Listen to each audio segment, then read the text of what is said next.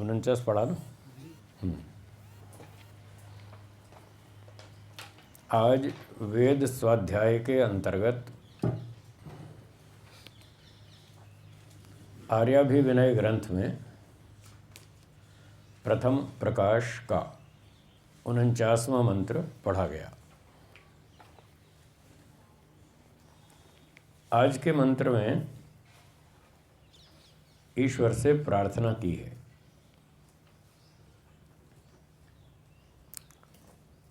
एक शब्द है इंद्र, ये संबोधन है।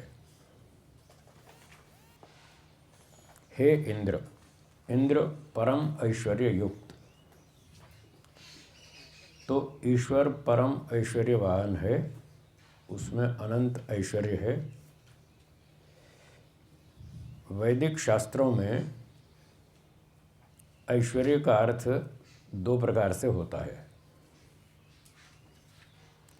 शाब्दिक अर्थ तो है ईश्वरस्य भावः ऐश्वर्यम, ईश्वरत्व, ईश्वर का भाव वो है ऐश्वर्य। तो ईश्वर का भाव क्या है? एक तो ईश्वर के पास गुण है, ज्ञान, बल, आनंद, न्याय, दया, सेवा, परोपकार, रक्षा आदि आदि बहुत सारे गुण हैं। तो जो ईश्वरीय गुण हैं उनका नाम है ऐश्वर्य। और दूसरा है संपत्ति। ईश्वर के पास पूरा ब्रह्मांड की संपत्ति है। इस सारे ब्रह्मांड का मालिक राजा ईश्वर है। ये दो अर्थ हैं ऐश्वर्य के, ईश्वरीय गुण और ईश्वरीय संपत्ति।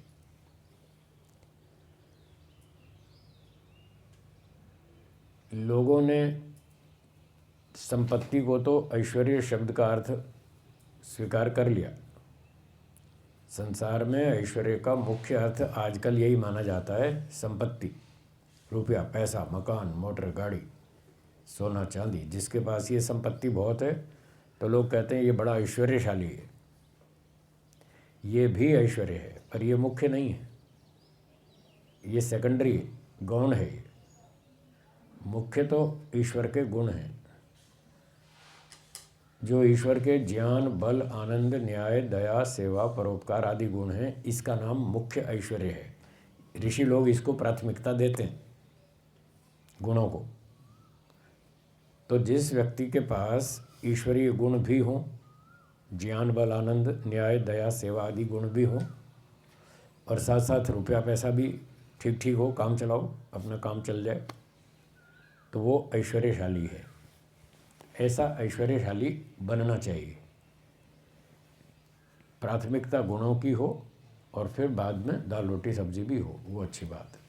तो ईश्वर परम ऐश्वर्यशाली है, उसके पास गुण भी सबसे अधिक हैं और संपत्ति भी सबसे अधिक है, इसलिए उसको इंद्र कहते हैं। तो परमेश्वर को संबोधन करके कह रहे हैं, हे इंद्र, परम ऐश्वर्य युक्त ईश्वर, मानो वधीः, आप हमारा वध मत कीजिए। ईश्वर से कह रहे हैं आप हमको मत मारें, मारे नहीं।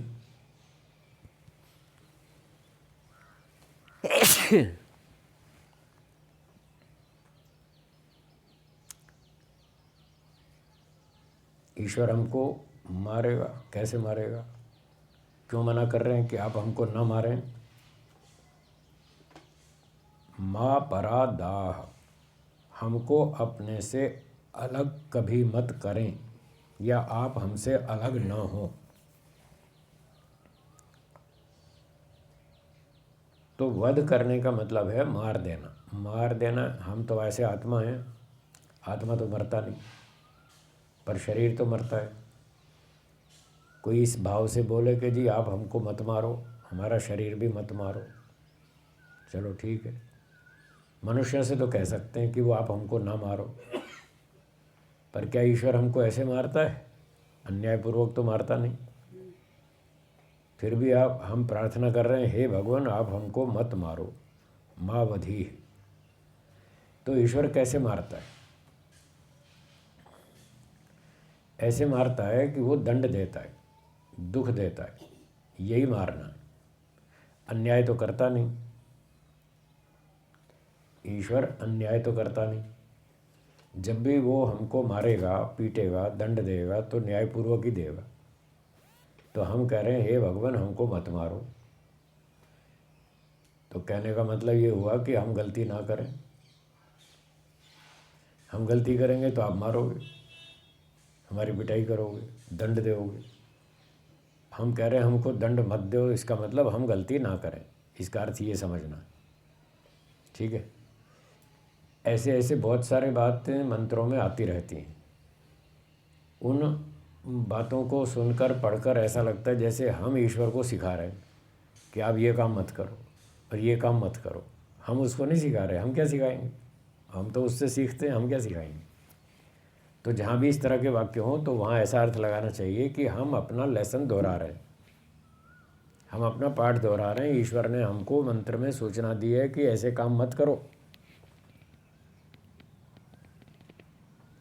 ऐसे काम मत करो जिससे मैं तुम्हारी पिटाई करूं, तुमसे नाराज़ हो जाऊं, तुमको अलग कर दूं। ऐसे काम मत करो। तो इससे हमको ये शिक्षा लेनी है कि हे ईश्वर हम ऐसे काम न करें जिससे कि हमको आपका दंड भोगना पड़े। इसलिए हम कह रहे हैं आप हमको मत मारो, मत मारो, हम गलत काम ना करें, भाव ये है। और मा दाह, और हमको अपने से अलग मत करो, आप हमसे अलग मत होवो। दो अवखंडने धातु है जिससे ये दाह शब्द बनाया है, ये क्रियापद है। मा दाह, हमसे अलग मत हो। ईश्वर हमसे अलग कब हो जाएगा? वैसे तो स्थूल रूप से तो अलग हो ही नहीं सकता, सर्वव्यापक है। हम और ईश्वर अनादिकाल से सदा से साथ में हैं और अनंत काल तक सदा साथ रहेंगे। तो स्थान की दृष्टि से तो उससे अलग हो नहीं सकते। जैसे मनुष्यों में दो भाई दिल्ली में रहते हैं, एक बम्बई चला गया, दूर दूर हो गए ना, अलग अलग हो गए ना। एक दिल्ली में रहता है, एक बम्बई में रहता है, तो अलग अलग हो गए। ऐसे तो ईश्वर हमसे अलग हो ही नहीं सकता, क्योंकि वो सर्वव्यापक है और हम जहाँ भी रहेंगे ईश्वर वहाँ है ही।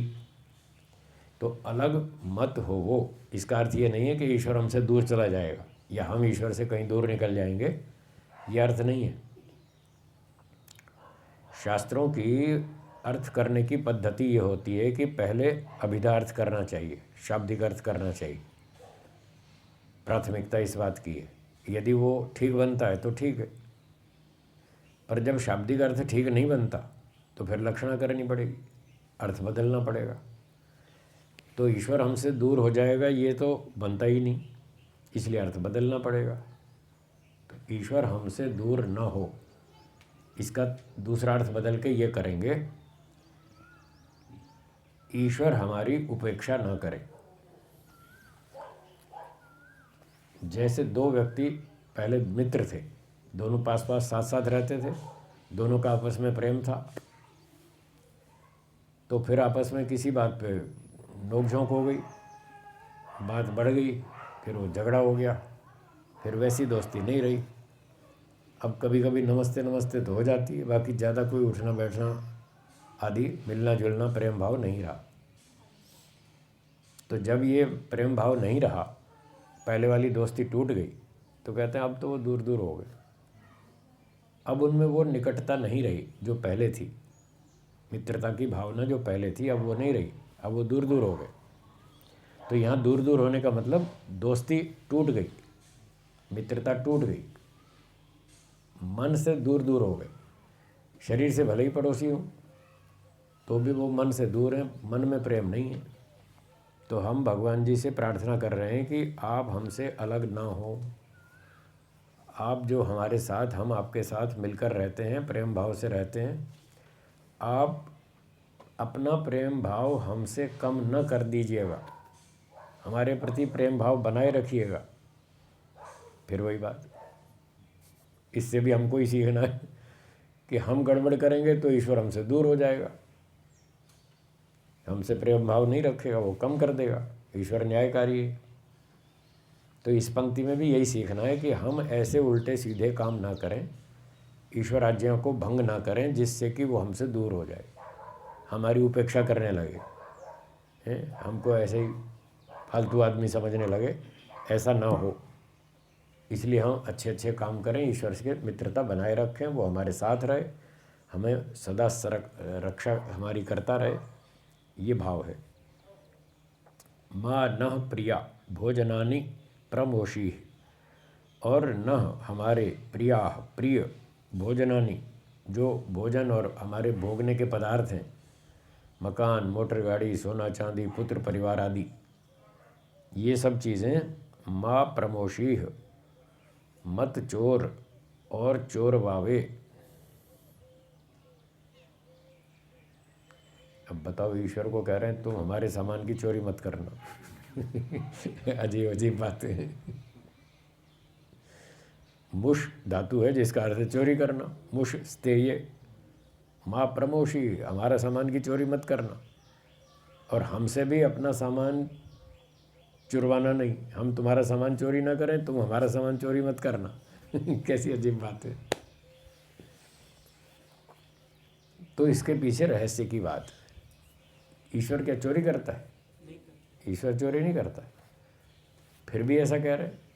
तो इस भाव से कह रहे हैं कि जब कोई संसार में दुर्घटना हो जाती है, होती रहती ना, चोरी हो गई सामान की, चोर ले गया, चोर आके आपके घर से सामान चोरी कर गया, कोई बच्चे का एक्सीडेंट हो गया, चोट चाट लग गई है, कोई विदेश चला गया तो खो गया, उसका पता ही नहीं, लापता हो गया, मिला ही नहीं, कहीं आंधी तूफान बाढ़ में खो गया, डूब गया। तो ऐसे कई घटनाएं संसार में होती रहती। जब वो चीज़ें हमसे खो जाती हैं, छूट जाती हैं, तो लोग फिर भगवान पे आरोप लगाते हैं, हे भगवान तूने हमारा बेटा ले लिया, हमारी कार ले ली, हमारी दुकान फेल करवा दी, हमारी फैक्ट्री डुबा दी, तूने हमारा माल चोरी कर लिया। तो लोग झूठे आरोप लगाते हैं भगवान पर, जबकि भगवान ने कुछ नहीं किया। या तो प्राकृतिक दुर्घटना से हुआ, या किसी दूसरे मनुष्यों की अन्याय से, बदतमीजी से, असभ्यता से ऐसा हुआ।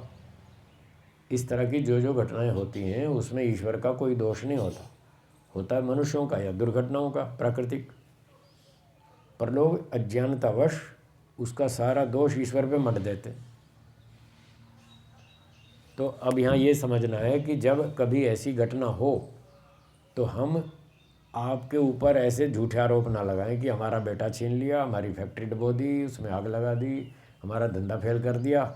ऐसे झूठे आरोप हम न लगाएं, ये सीखना हमको इस वाक्य से।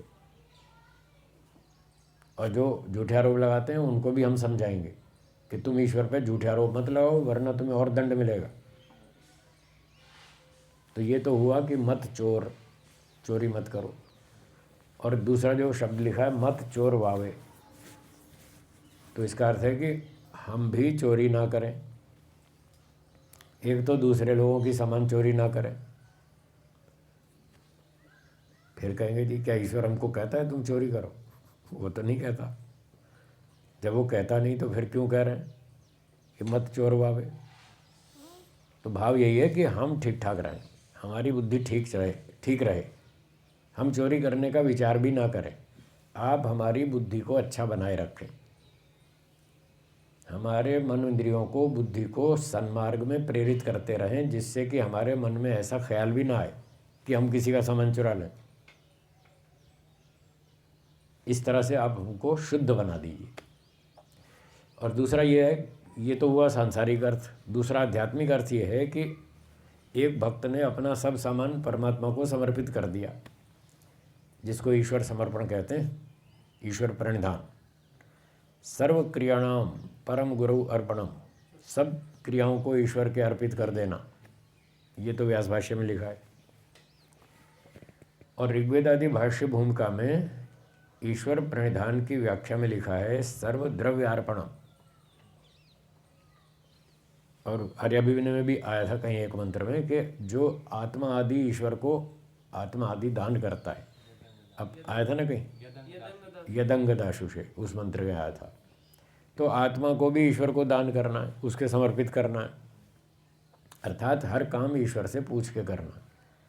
ईश्वर की सहमति से करना है, ईश्वर की सम्मति से करना है। उसके बिना कोई उल्टा सीधा कोई काम नहीं करना।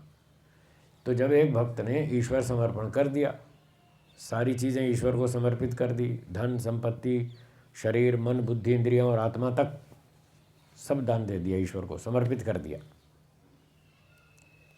तो फिर बाद में कभी ये जो भावना बनी थी कभी ये कमज़ोर न पड़ जाए, फिर हम कभी उल्टा आचरण न शुरू कर दें, जो ईश्वर को समर्पित किया था फिर वापस न ले लें। आज तो हमने ये मान लिया कि सब कुछ ईश्वर का दिया हुआ है, धन संपत्ति, पुत्र परिवार, शरीर, मन, बुद्धि, इंद्रियां, आत्मा तक ईश्वर आज्ञा पालन के लिए है, और हम इसको ईश्वर की भक्ति में समर्पित करते हैं। तो कल को फिर हमारे अंदर स्वार्थ पैदा ना हो जाए, अभिमान उत्पन्न ना हो जाए। जो चीज़ें हमने ईश्वर को अर्पण कर दी थी फिर वापस उससे न छीन लें और फिर अपनी मनमानी करने लगे, तो इसका अर्थ है जो समर्पण किया था वो वापस चोरी कर लिया। तो हे भगवान, हम वापस चोरी ना करें, जो समर्पण कर दिया वो हमारा बना रहे, ऐसी बुद्धि हमको दीजिए, ऐसी विद्या हमको दीजिए कि जो हमने आपको समर्पण किया है ये समर्पण जीवन भर बना रहे, इसमें कमी ना आए, ये तात्पर्य है। अगर कमी आई तो फिर हमने माल चुराना शुरू कर दिया, ईश्वर का माल चुराना शुरू कर दिया, जो उसको समर्पित किया था वापस ले लिया। तो ऐसी चोरी भी ना करें, ये आध्यात्मिक भाव से इसका अर्थ समझेंगे। फिर कहते हैं आंडा, माँ, और जो हमारे गर्भ हैं, माँ निर्भेद, उनका विदारण मत करो, हमारे गर्भों का विदारण मत करो, जिसको आजकल एबॉर्शन कहते हैं, तो एबॉर्शन मत करो। फिर वही बात है, काम तो हमको ही करना है, जो भी करना है हमको ही करना है। ये तो हम प्रार्थना कर रहे हैं केवल आप हमारी बुद्धि ऐसी बनाए रखें जिससे हम ये घोटाले ना करें, इस तरह के बुरे काम ना करें। तो इस प्रकार से एबॉर्शन आदि बुरे काम हम ना करें, आप हमारी बुद्धि इस तरह से शुद्ध पवित्र बनाए रखें। फिर कहते हैं मघवन, हे सर्वशक्तिमान, शक्र, समर्थ, हमारे आंडा पुत्रों का विदारण मत कर। ठीक है, ये तो दोनों संबोधन आ गए, सर्वशक्तिमान और शक्र। हे ईश्वर, आप सर्वशक्तिमान हैं और आप सर्व सामर्थ्यवान हैं, समर्थ हैं, हर काम करने में समर्थ हैं, छोटे से छोटा, बड़े से बड़ा, सारे वस्तुएं बनाते हैं, सारे काम करते हैं, ब्रह्मांड का संचालन करते हैं। आपके लिए कुछ भी अशक्य नहीं है, असंभव नहीं है, आप सब काम करते हैं। तो हमको भी ऐसी बुद्धि विद्या देते रहिए जिससे कि हम भी अच्छे काम करते रहें और ये गर्भ विनाश आदि आदि बुरे काम ना करें। और माँ नह पात्रा भेद, और जो हमारे पात्र हैं, बर्तन आदि, सोना चांदी बर्तन और कपड़े बिस्तर आदि जो भी सामान है हमारे पास, वो सारा सामान ये जो भोजन आदि में काम आता है, बर्तन आदि और इस तरह के सारे साधन, माँ भेद, हमसे अलग मत कीजिए। यानी ये सारे साधन हम सुरक्षित रखें, अपने साधनों की, वस्तुओं की सुरक्षा रखें, सामान व्यवस्थित रखें, सुरक्षित रखें, जिससे सामान खो नहीं जाए, टूट नहीं जाए, कोई चोरी ना कर ले, अपने ताले आदि लगाएं, सुरक्षा रखें, सावधानी हटी और दुर्घटना घटी। बस में, रेल में लिखा रहता है यात्री अपने सामान की रक्षा स्वयं करें, ठीक है ना, उनकी जिम्मेदारी है। वो बस ड्राइवर और कंडक्टर थोड़ी आपका सामान की देखभाल करेगा, वो कहाँ तक आपका सामान देखेगा, वो काम आपका है। ड्राइवर बस चलाएगा, कंडक्टर टिकट बांटेगा और थोड़ी सवारियों की व्यवस्था करेगा, आप यहाँ बैठो, आप यहाँ बैठो, बाकी अपना सामान की रक्षा तो यात्री को स्वयं करनी। जैसे रेल और बस में यात्री को अपने सामान की रक्षा स्वयं करनी, ऐसे ही जीवन यात्रा में भी अपने सामान की रक्षा स्वयं करनी। शरीर की, मन की, बुद्धि की, इंद्रियों की, संपत्ति की, कपड़े, बर्तन, बिस्तर, जूते, चप्पल, जो भी है, सब सामान अपना सुरक्षित रखें, व्यवस्थित रखें। अब लोग लापरवाही करते हैं, फिर वो सामान खो जाता है, इधर उधर रख जाते हैं, फिर भूल जाते हैं, फिर कहते हैं मेरी चप्पल नहीं मिल रही। सुबह सुबह बच्चे कहते हैं मेरे जूते नहीं मिल रहे, मेरी जुराबें नहीं मिल रही। क्यों भाई, जूतों के पहिए लगे हैं क्या? वो रात को अपने आप कहीं घूमने चले जाते हैं, पहिए लगे जूतों के? जूतों के पहिए नहीं लगे, हम ही कहीं दर दर रख देते हैं, फिर भूल जाते हैं, फिर ढूंढते रहते हैं, मेरे जूते नहीं मिल रहे, मेरे कपड़े नहीं मिल रहे, मेरा बैग नहीं मिल रहा। जब स्कूल से लौटते हैं तो बैग कहीं भी उठा के फेंक देते हैं, कहीं भी रख देते हैं और फिर सुबह ढूंढते रहते हैं। तो अपना सामान व्यवस्थित रखें, उस सामान का स्थान निश्चित रखें। जूते कहाँ रखने हैं, चप्पल कहाँ रखनी है, पुस्तकें कहाँ रखनी है, स्कूल बैग कहाँ रखना है, कपड़े कहाँ रखने हैं। अपना सामान खुद उठाओ, खुद ही रखो, उसी जगह रखो जहाँ से उठाया वापस वहीं रखो। तो आपको ये सुबह सुबह चिल्लाना नहीं पड़ेगा, मेरे जूते नहीं मिल रहे, मेरी जुराबें नहीं मिल रही, ये चिल्लाना नहीं पड़ेगा। अपना सामान उठाओ और खुद ही रखो। तो ये आदत बचपन से बच्चों को सिखानी चाहिए। अब बचपन में सीख लेंगे तो सारा जीवन उसका लाभ मिलेगा। और हमने भी देखा है, आपने भी देखा है, लोग सुबह ऑफिस जाते हैं और पत्नी को कहते हैं मेरी घड़ी नहीं मिल रही, मेरा फ़ोन कहाँ रख दिया मेरी टाई नहीं मिल रही। बस वो ऐसे ही, क्योंकि अपना सामान खुद नहीं रखते। तो ये छोटी छोटी बातें हैं, सीखनी चाहिए बचपन से, और अपना काम खुद करना चाहिए।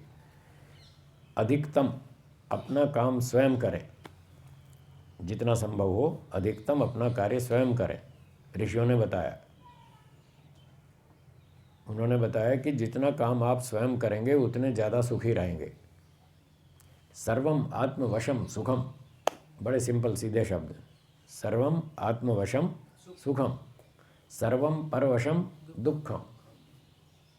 जितना जितना आप दूसरों के भरोसे जिएंगे उतना उतना आपको दुख भोगना पड़ेगा, और जितना अपने भरोसे जिएंगे, अपना काम खुद करेंगे, उतना आप ज़्यादा सुखी होंगे। दूसरे के भरोसे दुखी क्यों होंगे? क्योंकि उसके सर में 100% आप जैसा दिमाग नहीं है। क्या बोला? नहीं है, आप जैसा चाहते हैं। आपने उसको कहा मेरा ये काम करे आओ, हैं? अब जैसा आप चाहते हैं वैसा वो समझा ही नहीं, क्योंकि आपकी बुद्धि अलग है, उसकी बुद्धि अलग है। आपने जैसे बताया उसने कुछ और समझा, वो समझा ही नहीं जैसा हम चाहते हैं। जब वो समझा ही नहीं तो वैसा कैसे करेगा जैसा हम चाहते हैं?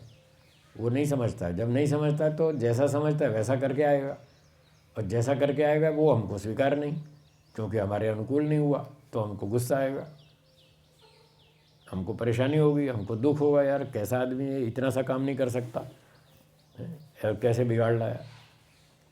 मैंने कहा था ये सामान लाना, वो दूसरा उठा लाया। मैंने कहा था इस कंपनी का लाना, वो दूसरी कंपनी का ले आया। अब वो मुझे सूट नहीं करता, तो बस फिर जितना दूसरों के भरोसे काम करवाएंगे उतना आपको कष्ट भोगना पड़ेगा। तो मंत्र ये कहता है, ऋषि लोग ये समझा रहे हैं कि अपना काम अधिकतम स्वयं करो तो आप ज़्यादा से ज़्यादा सुखी रहेंगे। और जहाँ आपको काम आता ही नहीं, मजबूरी है, वहाँ दूसरे की सहायता लेनी पड़ेगी।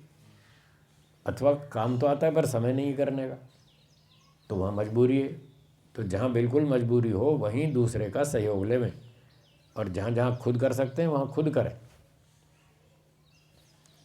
अब भोजन बनाना है, आपको ऑफिस जाना है, तो आप भोजन नहीं बना सकते, समय नहीं आपके पास, तो ठीक है वो काम दूसरे को सौंप दो, भाई आप मेरे लिए भोजन बना देना, आप मेरे लिए कपड़े धो देना, आप ऐसे कर देना, आप झाड़ू पोछा कर देना।